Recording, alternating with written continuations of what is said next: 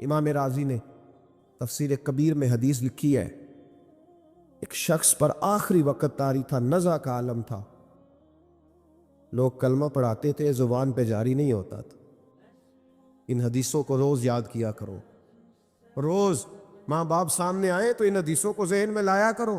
کلمہ اللہ کا ذکر ہے، زبان پہ جاری نہیں ہو رہا کلمہ، لوگ محبوب کریم علیہ السلام کے حضور ہے، یا رسول اللہ بندہ مسلمان ہے پر کلمہ نہیں جاری ہوتا۔ حضور نے یہ نہیں فرمایا کہ دیکھو لکنت تو نہیں، کوئی مشکل تو نہیں، کیا مسئلہ ہے، دعا کرتے ہیں۔ فوراً امام راضی نے لکھا ہے، نبی پاک نے فوراً فرمایا پتہ کرو اس کی ماں زندہ ہے؟ یا رسول اللہ ہے۔ فرمایا بلاؤ۔ اماں آئی، بڑی پریشان، 2 گلیاں چھوڑ کے رہتی۔ فرمایا تیرا بیٹا ہے؟ تو ماں نے مصطفیٰ کا چہرہ دیکھا تو رو پڑی، لگی حضور میرا ہی ہے۔ فرمایا تو ناراض ہے؟ اماں کہنے لگی حضور بڑی ناراض ہوں، اس نے بڑے ظلم کیے، بڑی زیادتیاں کی میرے ساتھ، یا رسول اللہ صلی اللہ علیہ وسلم بڑا ستایا۔ بابو فرمانے لگے چل معاف کر دے، تو معاف کرے گی تو روح نکلے گی، تو معاف کرے گی تو کلمہ طیبہ جاری۔ کہنے لگی حضور میں کبھی معاف نہیں کرتی۔ دنیا میں کسی کو آگ کا عذاب دینا حضور نے جائز نہیں رکھا، اسلامی سزاؤں میں اس سے اکثر جگہ پہ منع فرمایا، لیکن یہاں میرے محبوب نے فرمایا لکڑیاں لاؤ، بوڑھی کے سامنے لکڑیاں لاؤ، کیا کرنا ہے؟ فرمایا جس کی ماں ہی ناراض ہے میں اسے زندہ جلا دوں گا، لاؤ لکڑیاں۔ صحابہ اٹھ کے جانے لگے، ابھی 2 آدمی دروازے سے بھی نہیں نکلے تو بول پڑی، کہنے لگی نہ حضور اسے جلایا نہ جائے، حضور جلانا نہ۔ فرمایا چل معاف کر دے۔ 3 دفعہ بولی، کہنے لگی میں نے معاف کیا، میں نے معاف کیا، میں نے معاف کیا۔ محبوب فرمانے لگے اب پڑھاؤ کلمہ، پڑھاؤ۔ جب کلمہ پڑھایا تو زبان پہ کلمہ جاری ہو۔ 2 دولتیں، 2 قسم کا مال اگر اللہ کسی کو دے دے، 2 قسم۔ یا رسول اللہ صلی اللہ علیہ وسلم وہ دولت کون سی ہے؟ تو حضور نے یہ نہیں فرمایا کہ اگر اللہ تبارک و تعالیٰ اسے سونا دے دے، چاندی دے دے، پیسے دے دے، جائیداد دے دے، اولاد دے دے، یہ نہیں۔ دیکھیے حضور نے دولت کس کو کہا؟ نبی پاک فرماتے ہیں 2 قسم کا سرمایہ جس کو ملا اسے کائنات کی ہر نعمت مل گئی۔ اور حضور نے فرمایا میں اپنے غلاموں کو نصیحت کرتا ہوں یہ 2 دولتیں ایسی ہیں جو اللہ سے مانگا کریں، صبح و شام رب کریم سے ان 2 پیسوں کا، سرمایے کا، اس خزانے کا سوال کریں، یہ مل گئے تو تمہیں ہر شے مل گئی۔ یا رسول اللہ وہ کون کون سی چیزیں ہیں؟ فرمایا ایک جس شخص کو اللہ نے معاف کرنے کی دولت عطا کر دی،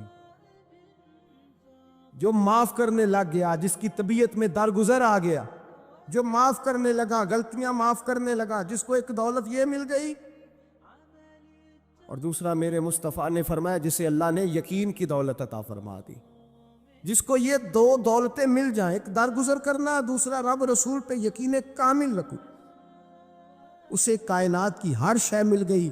میرے نبی پاک نے فرمایا جب بھی دعا مانگو خدا سے یہ 2 نعمتیں مانگا کرو، عرض کیا کرو اے اللہ درگزر کی دولت عطا فرما، اے اللہ تو ہمیں یقین کی دولت عطا فرما، ایمان کی قوت اور پختگی نصیب فرما۔ میرے بھائی حضور نے فرمایا مانگ کے لو۔ کمزور ایمان والا شخص کسی کام کا نہیں ہوتا۔ جس آدمی کے ذہن میں شک کا بیج ایک دفعہ جنم لیتا ہے وہ آدمی تو غلام سے بدتر ہے۔ بے کیف سجدہ، روٹھی روٹھی سی عبادت، اس کی زندگی کیفیات سے خالی ہے۔ جس شخص کو پتہ چل جائے نا لوگ میرے مخالف ہیں، اس کا تو سجل رہتا ہی کوئی نہیں۔ اصل بات یہ ہوتی ہے کہ یہاں سوچ بیٹھا ہے کہ دنیا میرے خلاف ہے، یہاں مخالفت یہاں بیٹھ گئی ہے، 2 بندے باتیں کر رہے ہیں تو پریشان ہے، میرے خلاف ہی لگے ہوئے، میری بات ہو رہی ہے، کیونکہ اصل تکلیف کہاں ہے؟ اور اگر یہاں یقین کامل ہو گیا نا کہ سارے مجھ سے پیار ہی کرتے ہیں، تو پھر 2 بندوں کو بات کرتا دیکھیں گے تو یہی سوچے گا میری تعریفیں کر رہے تھے، کہہ رہے تھے کیا ہی بات ہے اس کی۔ او بھائی یاد رکھیں، یہاں اپنے آپ کو اطمینان دیں، یقین کی دولت دیں، قرار کی دولت دیں، سکون کی دولت دیں۔ یقین، اطمینان، اگر آپ کو ایمان اور یقین حاصل ہو تو پھر دعا کریں اللہ اس پر استقامت عطا فرمائے، پھر اس پہ ڈٹ جائے۔ نبی پاک صلی اللہ علیہ وسلم نے فرمایا میں اس بات کا خوف نہیں کرتا کہ میری امت کمزور ہو جائے گی، اس بات کا ڈر نہیں کہ پیسے ختم ہوتے ہیں، نہ یہ خوف ہے کہ بھوکی مرے گی۔ حضور کس بات کا خوف ہے؟ تو نبی پاک نے فرمایا خوف یہ ہے کہ ان کا یقین کمزور ہو جائے گا۔ ان کا یقین، بخاری مسلم میں میرے مصطفیٰ نے فرمایا ہے کہ جو جمعے والے دن سب سے پہلے آئے گا اس کے نبی کا وعدہ ہے اللہ اسے اپنے رستے میں اونٹ خیرات کرنے کا ثواب عطا فرمائے گا۔ یہ ہے حضور کی زبان پر اعتبار، یہ ہے اللہ کے وعدے پر اعتبار، اللہ کے وعدے پر اعتبار۔ او میرے بھائی، اگر تجھے کہہ دیا میری طرح کے ایک نکمے آدمی نے کہ یہاں اونٹ بندھا ہوا ہے، رات گیا نہیں ادھر ہی رہا ہے، اور اگر تجھے آمینہ کے لال نے کہا کہ اونٹ ملے گا، اگر تجھے حضرت ختیجہ کے سرتاج کہتے ہیں اونٹ ملے گا، میری طرح کا تو پتہ نہیں کتنے لوگ ہیں کیا کچھ کہہ جاتے ہیں۔ مصطفیٰ کا تو فرمان یہ ہے کہ اللہ کائنات کے اصول بدل دیتا ہے، مصطفیٰ کی بات پوری کر دیتا ہے۔ یقین تو کر اس محبوب کی بات پر، ساڈے نبی دی زبان ساڈے واسطے یقین کی کمی آ گئی، تیرے رسول کا وعدہ ہے تو آ جا۔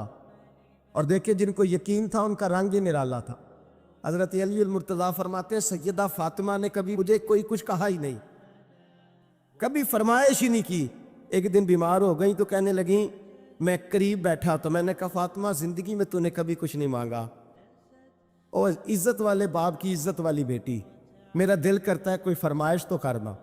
تو حضرت فاطمہ کہنے لگی علی اگر ایک انار مل جائے نا، اگر ایک، میرا دل کر رہا ہے اگر ایک انار مل جائے، ایک انار مل جائے تو طبیعت چاہ رہی ہے انار کھانے کو۔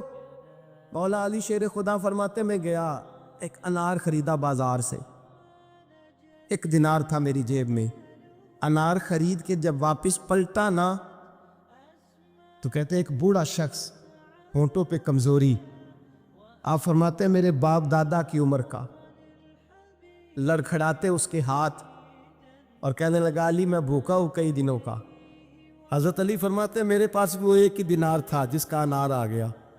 کہتے میں نے اسی وقت وہ انار نکالا، اس شخص کے ہاتھ میں رکھا، بوجھل قدموں سے جب میں اندر داخل ہوا نا تو پاک رسول کی پاک بیٹی، عزت والے نبی کی عزت والی بیٹی، صبر والے معبود کی صبر والی بیٹی، کہتے ہیں جب میں نے اپنا قدم اندر رکھا دروازے کے تو فاطمہ نے میرا اترا ہوا چہرہ دیکھا تو کہنے لگی علی پیسے اللہ کے راستے میں دے آئے ہو، خیرات کر رہے ہو۔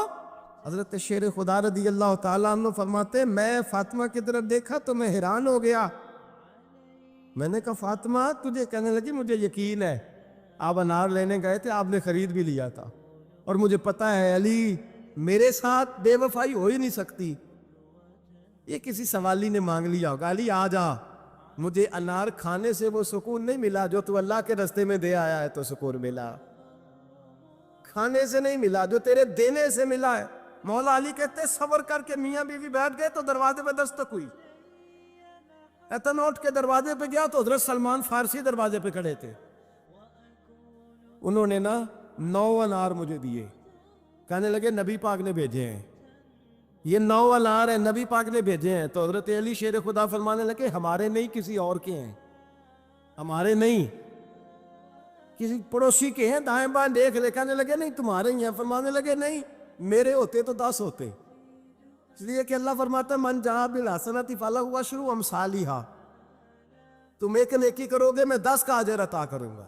فرمایا میرے ہوتے تو 10 پورے ہوتے، اللہ رسول نے بھیجا اور میرا یقین کمزور ہو سکتا ہے، میرے ہوتے تو 10 ہوتے، یہ 9 ہے۔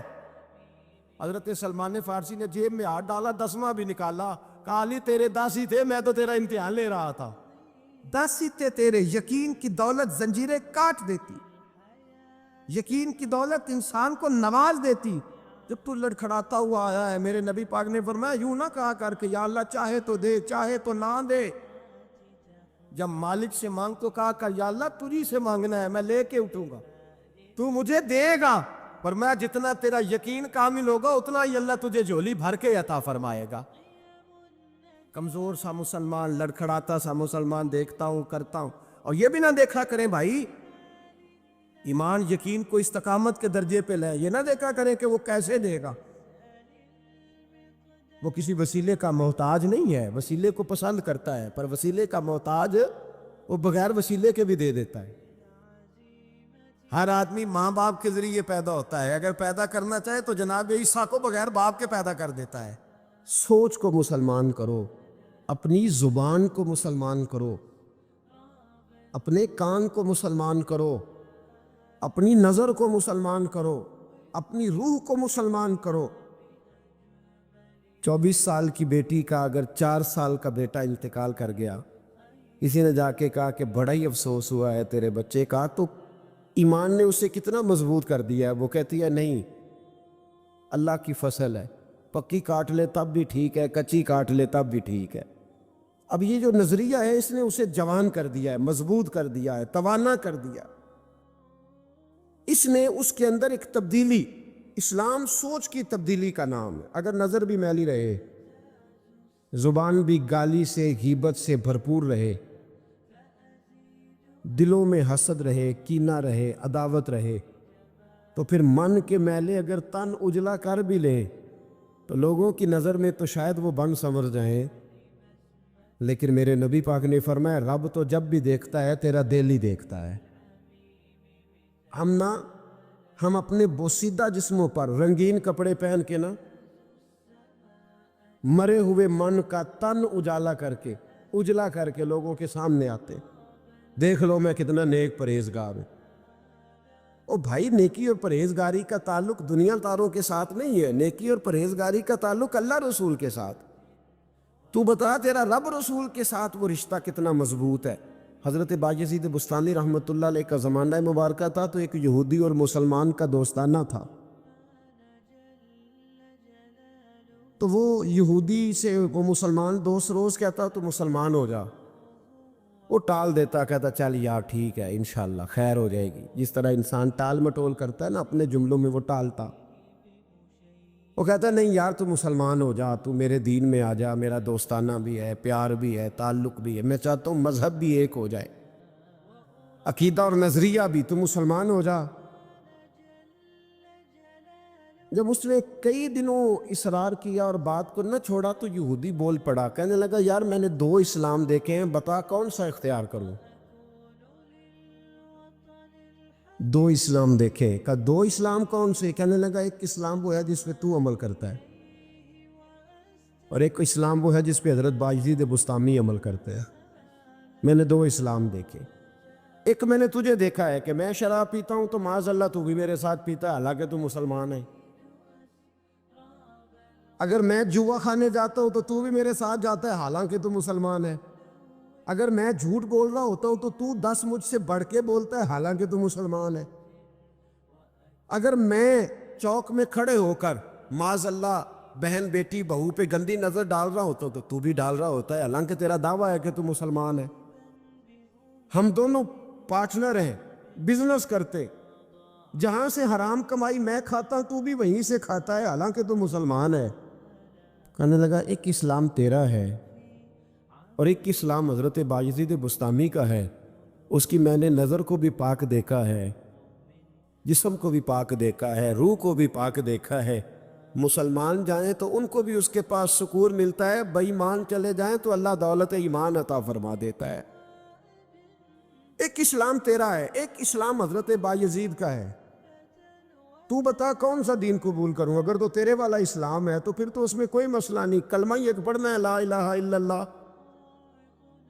محمد رسول اللہ صلی اللہ علیہ وسلم. باقی تو سارے کام وہی ہیں جو یہودیوں والے, عیسائیوں والے, کافروں والے. تو ٹھیک ہے پڑھا دے, پڑھ لیتا ہوں. ایک کلمے کا فرق ہے. اور اگر اسلام وہ ہے جو حضرت بایزید کا ہے تو پھر تو نہ میرے ساتھ گفتگو کر, پر حضرت بایزید کو کہے مجھے آ کے کہے. اس لیے کہ اگر اسلام وہ ہے جس کی حضرت بایزید جس پر عمل کرتے ہیں تو میں کل بھی کلمہ پڑھنے کو تیار ہوں, میں آج بھی کلمہ پڑھنے کو تیار. مسئلہ یہ بن گیا ہے کہ ہم بڑے تگڑے مسلمان ہیں, تگڑے, لیکن حال یہ ہے کہ رمضان میں جب سموسے بکتے ہیں نا, جو رمضان میں بھی سموسے بکتے ہیں, جس نے روزے رکھا ہوا ہے دکاندار نے, وہ بھی گندے تیل میں سموسے نکال رہا، گندے تیل۔ رمضان مبارک میں بھی جو پکوڑے بیچ رہا ہے نا، تو اس نے وہ والا بیسن خریدا ہے جو سب سے سستا ملتا ہے مسلمان۔ یہ نہیں سب اس کو کوئی بندہ کہہ دے تو مسلمان نہیں، تو گریبان سے پکڑ لے گا، گرا لے گا۔ جو چوک میں کھڑا ہے نا، چوک میں بچیوں کے اسکول سے چھٹی ہوئی ہے، کالج سے چھٹی ہوئی ہے، تو جو چوک میں کھڑا ہے، اگر آپ اسے بے ایمان کہیں گے تو وہ آپ کو لٹا کے ڈنڈوں سے مارے گا، حالانکہ کھڑا چوک میں ہے، تار رہا ہے مسلمانوں کی بہو بیٹی کو۔ پر آپ بات کریں، وہ کہے گا سب سے بڑا مسلمان میں ہوں، تو کیا ہوتا ہے؟ ہمارے حکمران کہتے مولانا آپ ہم پہ فتویٰ دیتے ہیں۔ ایک بولتا ہے، کہتا ہے میرے گھر میں تو خانہ کعبے کا غلاف پڑا ہوا ہے۔ ایک کہتا ہے میرے پاس تو مسجد نبوی شریف میں جو صفائی ہوئی تو وہاں سے انہوں نے جو ریاض الجنہ کا قلین اٹھایا وہ میرے پاس پڑا ہے۔ ایک پاکستان کا صدر ایسا بھی گزرا ہے، کہتا ہے مجھ سے زیادہ نیک کون ہوگا، میں تو 6 دفعہ کعبے کے اندر گیا ہوں۔ یہ اعلان کرتے ہیں۔ او خدا کے بندے، کعبے کا غلاف پاس ہونا اگر ایمان کی علامت ہوتی تو کعبہ تو سارے کا سارا ابو جال کے پاس تھا۔ اگر مسجد نبوی کا قلین پاس ہونا علامت ایمان ہے تو عبداللہ بن ابی سلول جو منافقوں کا سردار تھا، وہ تو 5 نمازیں نبی پاک کے پیچھے پڑھتا تھا، تو رہتا ہی ریاض الجنہ میں تھا۔ اور اگر خانہ کعبہ کے اندر جانا ایمان کی علامت ہے تو 360 بت تو بڑا زمانہ رہے ہی اندر ہیں، باہر آئے ہی نہیں۔ یہ کس قسم کا فلسفہ ہے ہمارا؟ ہم کس قسم کا انداز رکھتے ہیں؟ بھئی اسلام یہ ہے کہ تیرے اندر تبدیلی آئے، اسلام یہ ہے کہ تو کسی کو حقیر نہ جانے، اسلام یہ ہے کہ پھر صہیب اور بلال اور عمر ایک صف میں کھڑے نظر آئیں، اسلام یہ ہے کہ حضرت سیدنا ربیعہ بن کعب رضی اللہ تعالیٰ عنہ، کالا رنگ، موٹے ہونٹ، چپٹی ناک، حضرت ربیعہ بن کعب رضی اللہ تعالیٰ عنہ، بڑا خاندان نہیں، بڑی برادری نہیں، پڑھے لکھے نہیں، لیکن پھر اسلام اس کا نام ہے کہ نبی پاک کی وہ غلامی کرے، اور حضور ان سے کہہ دے کہ جاؤ فلانے سردار سے کہہ دو جا کے کہ میں تیری بیٹی کا نکاح اپنے اس کالے رنگ کے غلام سے کرنا چاہتا ہوں، تو وہ غلام جا کے پیغام دے تو باپ اور ماں تو مہلت مانگے سوچنے کی اور کہیں شام کو بتائیں گے، اور بیٹی بول کے کہیں نہیں یہ کفر کا دور نہیں، یہ اسلام کا دور ہے۔ سوچیں بدل گئی ہیں، کوئی چھوٹا نہیں، کوئی بڑا نہیں، کوئی چودھری نہیں، کوئی کمی نہیں، سارے ایک ہیں۔ اور بیٹی بول کے کہے ابا جی میری فکر نہ کرو، اگر نبی پاک نے کالے رنگ کے حبشی غلام کا رشتہ بھیجا ہے تو آپ مجھ پر زیادہ مہربان نہیں، میرا رسول مجھ پر زیادہ مہربان ہے، آپ مجھے بھیجیں، میں اسی کے ساتھ نکاح کروں گی، مجھے امید ہے رب رسول مجھے ضائع نہیں کہ پھر سوچیں بدل جائیں۔ حضرت ربیعہ کہتے ہیں میں وضو کراتا تھا رات کا، میرے نبی پاک نے فرمایا شادی کیوں نہیں کرتا؟ تو میں نے کہا یا رسول اللہ، نہ میرے پاس حسن ہے، نہ پیسے ہیں، نہ کوئی کاروبار ہے، مجھے کون رشتہ دے گا؟ میرا روپ بھی نہیں تے میرا رنگ بھی نہیں، میں نے یار مناؤن دا ٹانگ بھی نہیں، کون مجھے رشتہ دے گا؟ کہتے ہیں حضور خاموش ہو گئے۔ دوسرا دن آیا تو میں وضو کرانے پہنچا تو نبی پاک نے فرمایا شادی کیوں نہیں کرتا؟ کہتے ہیں میں نے کہا حضور کون رشتہ دے گا؟ وہی 3 باتیں دہرائیں، نہ پیسے ہیں، نہ حسن ہے، نہ کوئی کاروبار ہے، نہ مکان ہے۔ فرمایا حضور نے تیسرے دن پھر کہا، جب دوسرا دن ہوا نا تو حضور نے کہا، حضور خاموش ہوئے میرے جواب پر۔ میں نے کہا یار کتنا بے وقوف ہوں، حضور روز پوچھتے ہیں اور میں جواب ہی نہیں دیتا۔ کہتے ہیں تیسرے دن میں نے ارادہ کیا آج نبی پاک پوچھیں گے تو میں کہوں گا حضور جیسے دل کرتا ویسے ہی کرا دیں۔ کہتے ہیں تیسرے دن میں گیا، سارا وضو کرا لیا پر نبی پاک نے پوچھا ہی نہیں۔ میں ارادہ کر کے گیا تھا کہ آج پوچھیں گے تو بتا دوں گا، حضور نے پوچھا ہی نہیں۔ فرماتے ہیں وضو مکمل ہو گیا، میں دروازے تک چلا گیا تو مصطفیٰ نے آواز دی، فرمایا واپس پلٹ نہ، میں پلٹا تو حضور نے فرمایا تو شادی کیوں نہیں کرتا؟ کہتے ہیں میں کھل کے مسکرایا، میں نے کہا محبوب تیرے کرم پہ قربان جاؤں، کیا انداز محبت ہے، حضور مہربانی کریں کرا دیں۔ فرمایا فلاں سردار کے پاس جا، ایک وضو کراتے ہیں، اور اعزاز حضور نے کتنا دیا، جا سردار کے پاس اور اسے جا کے کہہ کہ اللہ کے رسول فرماتے اپنی بیٹی کا نکاح تیرے ساتھ کر دے۔ فرماتے میں گیا، ماں باپ کو بڑی فکر ہوتی ہے بیٹیوں کی، وہ کہنے لگا میں شام کو خود نبی پاک کی بارگاہ میں آؤں گا۔ کہتے میں باہر نکلنے لگا تو وہ بچی پردے کی اوٹ سے بولی، کہنے لگی غلام ٹھہر جا، ابا جی آپ کو میری فکر ہے، اماں جی میری فکر ہے، میری فکر نہ کریں، اور یہ نہ دیکھیں آیا کون ہے، یہ دیکھیں بھیجا کس نے ہے۔ آپ مجھے حوالے کریں نبی پاک کے، حضور کے حوالے کریں، اللہ رسول مجھے کبھی ضائع نہیں کریں گے۔ حضرت ربیہ کہتے ہیں حضور نے میری شادی کا بندوبست کیا۔ حضرت بریدہ اسلمی سے کہا کہ تو اس کے لیے کھجور کی گٹھلی کے برابر سونا لا۔ حضرت حارثہ بن نعمان سے کہا تو اس کے لیے ایک کمرے کا اجرے کا بندوبست کر۔ حضرت عثمان غنی سے کہا تو نے ولیمہ کرانا اس کا۔ فرمایا میں تو تھوڑی نوکری کرتا تھا، مصطفیٰ نے ساری زندگی کا ہی بندوبست فرما دیا۔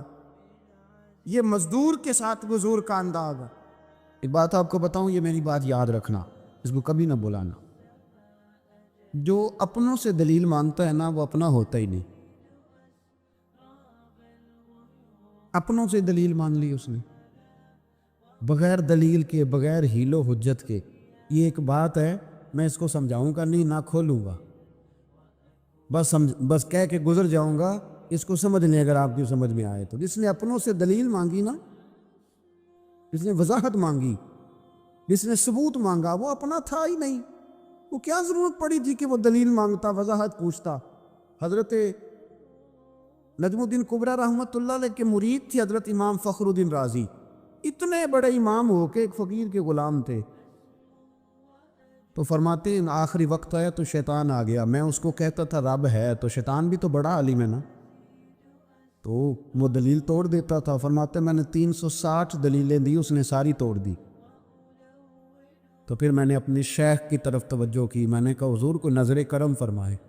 تو شیخ نجم الدین کبریٰ فرمانے لگے اس بے ایمان کو کہہ دے میں اپنے رب کو بغیر کسی دلیل کے رب مانتا ہوں، دلیل کی ضرورت ہی نہیں، بس میرا رب ہے تو رب ہے، ختم ہو گئی بات۔ نبی رحمت علیہ السلام فرمانے لگے میں نے جس کے سامنے بھی دین پیش کیا اس نے دلیل مانگی، فرمایا یہ واحد میرا ابو بکر صدیق ہے، میں نے اسے کہا ہے کلمہ پڑھ لو، اس نے دلیل مانگی نہیں، فوراً ہی کلمہ پڑھ کے مسلمان ہو گیا۔ کوئی دلیل نہیں، کوئی معجزہ نہیں، کوئی طلب نہیں، کوئی شے نہیں۔ ساری زندگی مطمئن ہی نہیں ہو پائے لوگ، ساری زندگی اطمینان ہی نہیں ہو سکا، اس کو بھی سنا، اس کو بھی سنا، اس سے بھی سوال پوچھا، اس سے بھی پوچھا۔ بھئی تو نہیں، تو مطمئن ہونا نہیں چاہتا، تو بحث کرنے کے لیے علم سیکھ رہا ہے، اس نے عمل کرنے کے لیے سیکھنا ہوتا ہے، اس کو تو ایک حرف ہی بڑا کافی ہوتا ہے، تو ایک لفظ کی ضرورت ہوتی ہے، ایک جملے میں ساری زندگی لوگ گزار دیتے۔ حضرت ابو بکر صدیق رضی اللہ تعالیٰ عنہ نے بحث والا دروازہ نہیں کھولا، حضور نے کہا کلمہ پڑھو تو انہوں نے کلمہ پڑھا اور مسلمان ہو گئے۔ کوئی دلیل، کوئی وضاحت، کسی چیز کی کوئی حاجت، ختم ہو گئی بات۔ اصل مسئلہ پتہ کیا ہے، جو لوگ سوچ سمجھ کے چلتے ہیں نا، تو سوچ کتنی ہے انسان کی، وہ کتنا کام دے۔ یہ جو وارفتگی ہوتی ہے نا، یہ جو محبت ہوتی ہے، یہ جو پیار ہوتا ہے، یہ زندگی کو آسان کر دیتا ہے۔ سوچنے سمجھنے کے دائروں سے آدمی نکل جاتا ہے، اس کا کام وہ کہتا ہے کہ میں نے سوچنا نہیں، میں نے ماننا ہے، میں نے رب رسول کی ذات کے بارے میں سوچنا نہیں، میں نے ماننا ہے۔ تو ماننے والے لوگ جو ہوتے ہیں وہ فائدے میں ہوتے ہیں، تو عمل کر رہے ہیں، بات مانی، عمل کیا۔ عقل کا بے شمار اور بے دریغ استعمال، اپنی چھوٹی عقل سے بڑے مسئلے حل کرنے کی کوشش کرنا، انسان کو نقصان دیتا ہے۔ بہت ساری جگہوں پہ وہ الجھ جاتا ہے، ہر جگہ عقل استعمال کرنا، لیکن رب رسول کے معاملے میں نہ استعمال کرنا، ورنہ نقصان ہو۔ عقل چھوٹی ہے اور اللہ رسول کی ذات بڑی ہے، کبھی بھی اس دائرے میں بند کرنے کی کوشش نہ کرنا۔ جناب ابو بکر صدیق رضی اللہ تعالیٰ عنہ ہر معاملے میں، ہر معاملے۔ ایک حدیث بخاری کی، شاید میں نے پہلے بھی عرض کی تھی، لیکن چونکہ وہ عنوان کے لحاظ سے ایک بہت بڑی دلیل ہے، دوبارہ عرض کرتا ہوں۔ نبی پاک علیہ السلام نے 1500 کے قریب صحابہ سے فرمایا تھا کہ چلو عمرہ کرنے چلے۔ عمرہ کرنے جب ہم جاتے ہیں نا تو ہمارے گلے میں پھول بھی ڈالے جاتے ہیں، اور آپ کو پتہ ہے بتانا بھی پڑتا ہے لوگوں کو کہ میں عمرہ کرنے جا رہا ہوں، پھر روٹی بھی پکتی ہے، پھر سب رشتہ داروں کو پتہ بھی چل جاتا ہے، اور بندہ چلا جائے ایئرپورٹ تو احرام باندھا ہونا تو پتہ چلے نا فلائٹ تو 24 گھنٹے لیٹ ہے، تو جن کو حکم ہے نا کہ تم نے سی بھی نہیں کرنی وہ بھی روڑے اٹھا لیتے ہیں، احرام باندھا ہوا ہے، حکم ہے کہ اب تم نے کوئی جھگڑا کوئی لڑائی کوئی فساد ہے تو ایئرپورٹ پہ لوگ روڑے اٹھا لیتے ہیں، کہتے ہیں ہم ایئرپورٹ بھی توڑیں گے اور فلائٹ کا جو عملہ ہے اس کا گریبان بھی پکڑیں گے، بڑا کچھ ہی دنیا کرتی ہے۔ اور اگر کسی کے پیر صاحب نے کہا ہو چلو عمرہ کریں، اللہ اکبر، اور پھر ایئرپورٹ پہ جا کے پتہ چلے کہ پیر صاحب کے ساتھ تو دھوکہ ہو گیا ہے، بندہ غلط نکلا ہے، پیری مریدی قائم رہے گی؟ سوال ہی نہیں پیدا ہوتا، سوال ہی نہیں پیدا ہوتا۔ میرے ساتھ ایک سنگی نے ایک دفعہ بات کی، کہنے لگا جی پیر صاحب کامل نہیں، میں نے کہا کیا غلطی ان میں پائی جاتی ہے؟ کہتے میں انہوں نے پوچھ کے باہر دے پیسے جمع کرائے سا، میں میرا کام نہیں بنیا۔ میں کہ تو پیر پڑھ لے، تینوں تو کوئی نجومی پڑھنا چاہیے سی، وہ نجومی ہونا چاہیے تھا تیرے لیے تاکہ وہ اچھی طرح غور کرتا ہے۔ جی آپ کو پتہ ہے نا اہل سنت میں کتابیں بھی نکلتی ہیں، کئی لوگ کہتے ہیں یہ کوئی کتاب کٹ کے دسو، میں کیوں کسی لکھی نہیں تو کٹیے کی تو وہ کون سی کتاب ہے جو آپ کہہ رہے ہیں نکالیں، اور ذرا بتائیں کہ فلانا کام میرے لیے ٹھیک رہے گا کہ نہیں۔ ایک استخارہ ہے دین میں، اور استخارے کا بھی بابت معاملہ یہ ہے کہ آپ نے استخارہ کر لیا، اس کے بعد بھی آپ حتمی فیصلہ نہیں کریں گے۔ بزرگ کہتے ہیں کہ استخارہ کر کے بھی یہ کہو کہ جی میری سمجھ میں یہ آیا ہے، باقی حقیقتوں کا علم اللہ جانے، اللہ کا رسول جانے صلی اللہ علیہ وسلم، حقیقتوں وہی جانتے۔ تو الجھے نہیں زندگی میں۔ 1500 کے قریب صحابہ تھے، حضور نے فرمایا احرام باندھو گئی، عمرہ کرنا ہے۔ حدیبیہ کے مقام پہ گئے تو قریش مکہ نے روک لیا، نہیں کرنے دیں گے۔ جب بات بہت آگے بڑھی تو پھر شرطیں لکھی گئی، شرطیں بڑی سخت ہیں کہ جو مسلمان مکے سے مدینے آئے گا مدینے والے واپس کریں گے، اور اگر کوئی مسلمان مدینے سے مکے چلا گیا تو مکے والے واپس نہیں کریں گے، ہم ان کے لوگ دیں گے، وہ ہمارا بندہ دیں گے نہیں۔ یہ شرطیں تھیں، صحابہ پریشان تھے۔ اب جب شرطیں طے ہو گئیں، شرطیں بھی سخت ہیں، نبی کریم علیہ السلام نے فرمایا بھی احرام کھول دو، فلائٹ کل نہیں جانی، پرسوں نہیں جانی، یعنی عامی سفر میں عمرہ کار ہی نہیں رہے، احرام کھول دو۔ تو امام زرقانی کہتے ہیں سب لوگ پریشان تھے، سب سے پہلے حضرت ابو بکر صدیق اٹھے، سب سے پہلے اٹھے، اٹھ کے احرام کھولا۔ ایک شخص نے کہا آپ کو بڑی جلدی ہے، تو آپ فرمانے لگے جلدی والی بات ہی کوئی نہیں، حضور کے کہنے پر باندھا تھا، نبی پاک کے کہنے پر کھول دیا ہے، ختم ہو گئی بات۔ حضور نے فرمایا باندھ لو تو ہم نے باندھ لیا، حضور نے کہا کھول دو تو ہم نے کھول دی، جلدی والی کیا بات ہو۔ صحیح بخاری کے لفظ ہیں، حضرت عمر کہتے ہیں کہ میری سمجھ میں بات نہیں آتی تھی، دب کے صلح کیوں کریں، ہم تو 313 تھے، تو ہم نے بدر میں ان کو بھگا دیا تھا، اب تو ہم 1500 میں، تو ہم ان سے قتال کریں گے، لڑائی کریں گے، جنگ ہوگی۔ حضرت عمر فاروق رضی اللہ تعالیٰ عنہ فرماتے ہیں حضور نے شرطیں طے کر لیں، بات لکھی گئی، میں نبی پاک کے حجرے میں داخل ہوا، خیمہ لگا ہوا تھا، میں نے جاتے ہی اپنی جذبہ جہاد کا اظہار کیا اور بڑے جلال میں یا رسول اللہ آپ سچے رسول ہیں؟ بالکل سچا ہوں، قرآن سچا ہے، بالکل سچا ہے، اسلام سچا ہے، بالکل سچا ہے، حضور ہم دب کے صلح کیوں کرے؟ نبی کریم علیہ السلام نے فرمایا عمر تجھے تیری ماں روئے، میں اللہ کا رسول ہوں، میں وہی کہتا ہوں جو میرا رب مجھے حکم ارشاد فرماتا ہے۔ کہتے میں نے فوراً عرض کی یا رسول اللہ صلی اللہ علیہ وسلم آپ نے فرمایا نہیں تھا کہ عمرہ کریں گے؟ تو حضور نے فرمایا کہا تھا عمرہ کریں گے، یہ تو نہیں کہا تھا کہ اسی سال ہی کریں گے، کریں گے تو کریں گے۔ جناب عمر کہتے میں واپس تو آ گیا، پر وہ میرے اندر جو جذبہ جہاد تھا ابھی ٹھنڈا نہیں ہوا۔ چند قدموں کے فاصلے پہ ابو بکر صدیق کا خیمہ تھا، کہتا میں ان کے خیمے میں جھک گیا، وہی سوال میں نے دہرائے، وہی میں نے کہا عمر ابو بکر یہ سچے رسول ہیں؟ کہا بالکل سچے، قرآن سچا ہے، سچا ہے، اسلام سچا ہے، سچا ہے، تو پھر ہم دب کے صلح کیوں کریں؟ جناب عمر فرماتے ہیں میں قربان جاؤں ابو بکر کے لفظوں میں بھی فرق کوئی نہیں آیا، حروف بھی اتنے ہی جتنے نبی کریم نے ادا کیے تھے۔ حضرت ابو بکر فرمانے لگے عمر تجھے تیری ماں روئے، وہ اللہ کے رسول ہیں، مرضی سے بات نہیں کرتے، وہی کہتے ہیں جو رب انہیں حکم ارشاد فرماتا ہے۔ بئی نہیں وہی لفظ. فرماتے میں نے فوراً کہا. میں نے کہا ابو بکر حضور نے فرمایا نہیں تھا کہ عمرہ کریں گے؟ تو کہتے ہیں وہی لفظ، وہی حرف، وہی انداز، وہی طریقہ، وہی سلیقہ، وہی انداز تکلم، بالکل حضور کی اتباع میں اسی انداز میں فرمانے لگے. عمر، حضور نے فرمایا تھا عمرہ کریں گے، یہ تو نہیں فرمایا تھا کہ اسی سال ہی کریں گے. کریں گے تو انشاءاللہ کریں گے. فرماتے ہیں میں واپس آ کے بیٹھا تو حضرت عمر کہتے ہیں جب میرا غصہ اترا نا تو پھر میرے اندر سے آواز آئی کہ عمر ذرا غور تو کر، تو ابو بکر کے ایمان تک کبھی نہیں پہنچ سکتا، اس تک تیری رسائی نہیں ہو سکتی. میرے بھائی اتنی بحثیں ہیں ہمارے زمانے میں، اتنا الجھاؤ ہے، اتنا الجھاؤ ہے. یعنی ہر بندہ رائے کا اظہار کرنا ضروری سمجھتا ہے. ہر بندہ کہتا ہے جی میرے خیال میں، ہر بندہ کہتا ہے جی میرا ذہن یہ ہے، بلکہ کچھ تو کہتے ہیں میں اندر کی خبر نہ دوں آپ کو. یعنی اب پتہ نہیں اس کے پاس اندر کی خبریں کیسے آئی ہیں، وہ سمجھ میں نہیں آتی بات. کچھ لوگ کہتے ہیں 35-40 سال ہو گئے جی علماء کو سن رہا ہوں. تو میں کہتا ہوں کہ میرا تو خیال ہے کہ 35 دن بھی بندہ کسی کو سن لے تو سیانہ ہو جاتا ہے. تو 35 سال سے اگر آپ کی سمجھ میں نہیں آئے تو پھر زمین ہی بنجر ہے. پھر مہربانی کریں یہ ٹائلیں اکھیڑ کے نا تو نیچے سے کچی زمین نکالیں تاکہ کوئی بات سمجھ میں آئے.